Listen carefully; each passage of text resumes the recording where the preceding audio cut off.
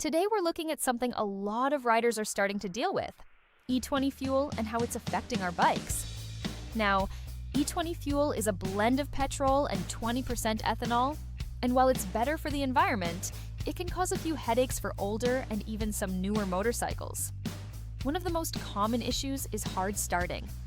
If your bike is struggling to fire up in the morning, ethanol could be absorbing moisture and messing with combustion. Another big one is fuel line corrosion and rubber parts wearing out faster than usual. I've even seen riders complain about rough idling and reduced mileage. So what's the fix? First, try using fuel stabilizers designed for ethanol blends. They help protect your fuel system.